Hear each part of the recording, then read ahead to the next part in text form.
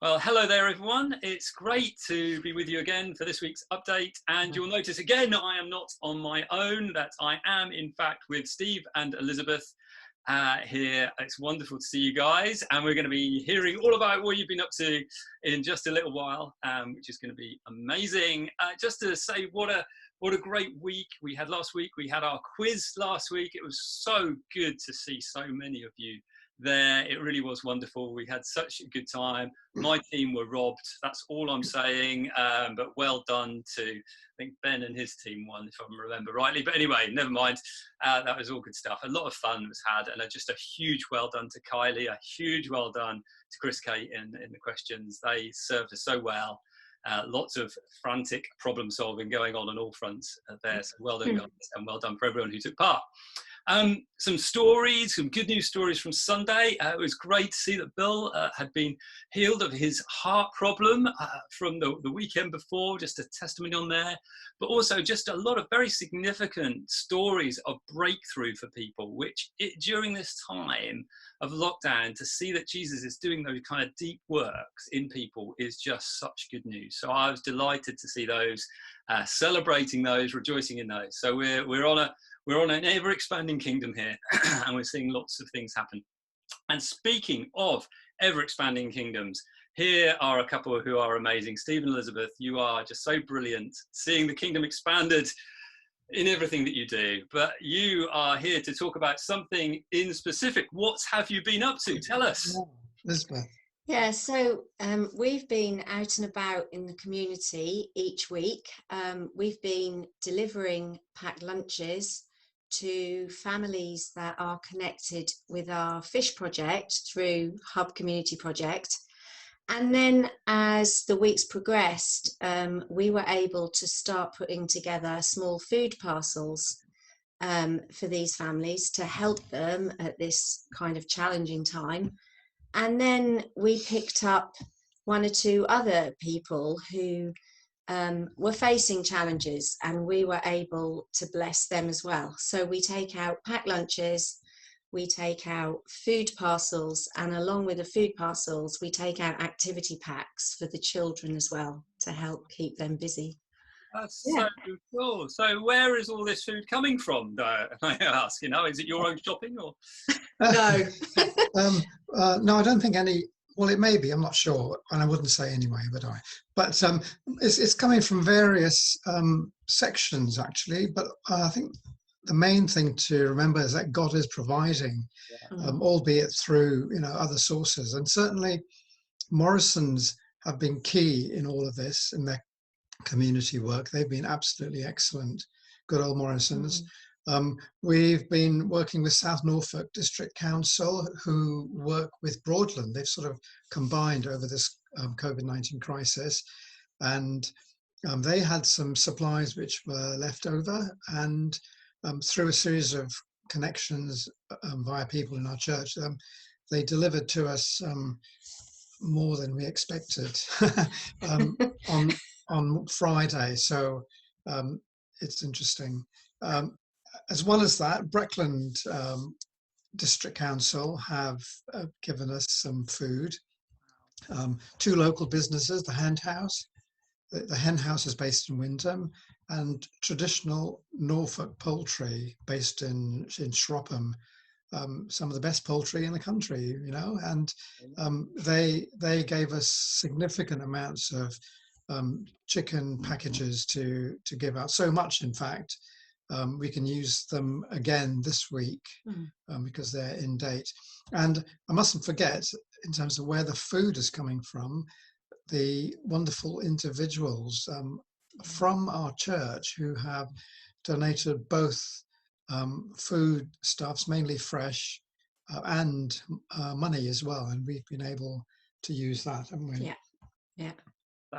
That's so good to hear. And I like to say, God providing. I remember seeing the photos. Elizabeth, you'd kind of put these photos on the staff WhatsApp group. We go, wow, this is crazy. Just rooms full of food and overflowing abundance of provision there. And obviously that's going to people who need it during these times, people who really are, who need some help. And so have you got any kind of stories from the folk who've been helping out here? Yeah, I have. I've got a message that I received on Friday after we'd been out delivering these boxes, and the lady who sent it to me has given permission for me to read it. And I think this really sums up really the response that we're getting from these families. So it says, do you know these boxes are so thoughtfully filled, a meal included in each, and lots of nutritious and delicious fresh fruit and veg. Gorgeous tropical fruit that some of us can't afford to buy. As well as that, you guys have taken the time to include something really wholesome and fun for the kids to do, anything to keep them busy. As well as that, you've remembered coffee for us mums.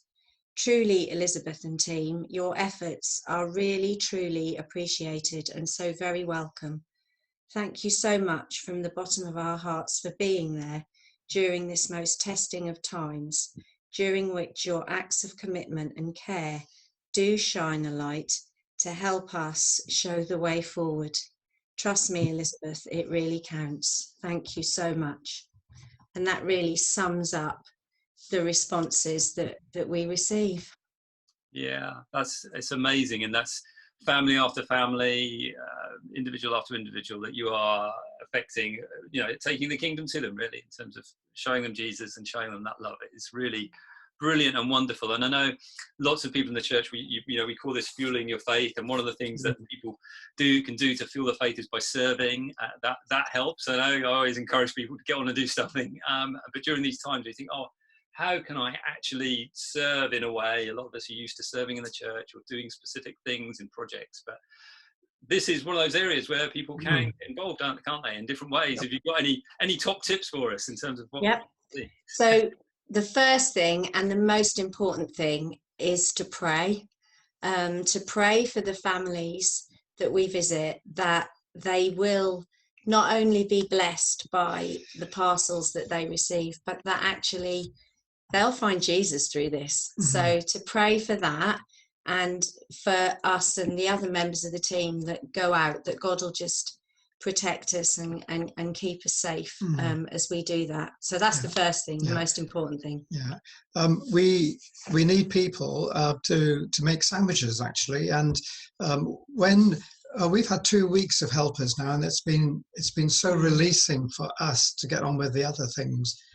Because for 4 or 5 weeks we've been doing both packing the boxes and making the sandwiches, and there's a certain time constraint, otherwise people are having their lunch at 4 and it doesn't work, does it?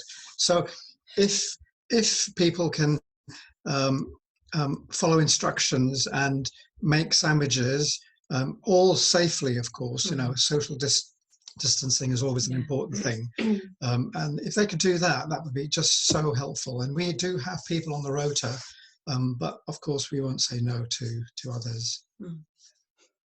And there's also the whole issue of the things that go in the boxes, and if anybody would like to donate items of fresh food or household items like toothpaste, washing up liquid, those kind of things, they're not usually in the food donations that we get from Morrison's. So if anybody wanted to donate those things, then to get in touch and we'll tell them how they can do that. Yeah, I mean, I think what's particularly helpful for us is quantities of sort of 15 to 20, because it means, for example, if we have 15 or 20 tubes of toothpaste, a family can get one each.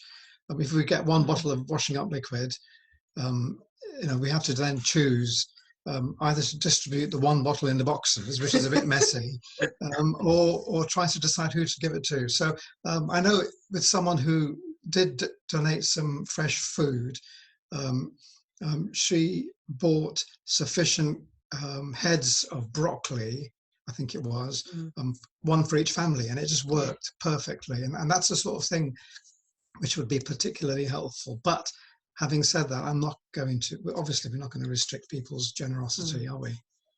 Yeah, that's one. And I think the final thing is, if anybody did want to donate money for us to use to buy things like fresh fruit and vegetables, then the best thing to do would be to get in touch with Debbie, through the office, and she'd be able to help them with that.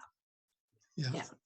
Absolutely. So it's quite exciting, really. It is, isn't it? So many ways to get involved with this amazing project that has sprung up. I know it's kind of, it's sort of an extension of fish, isn't it, really? But it's kind of gone so much further, really. You know, that's food in school holidays.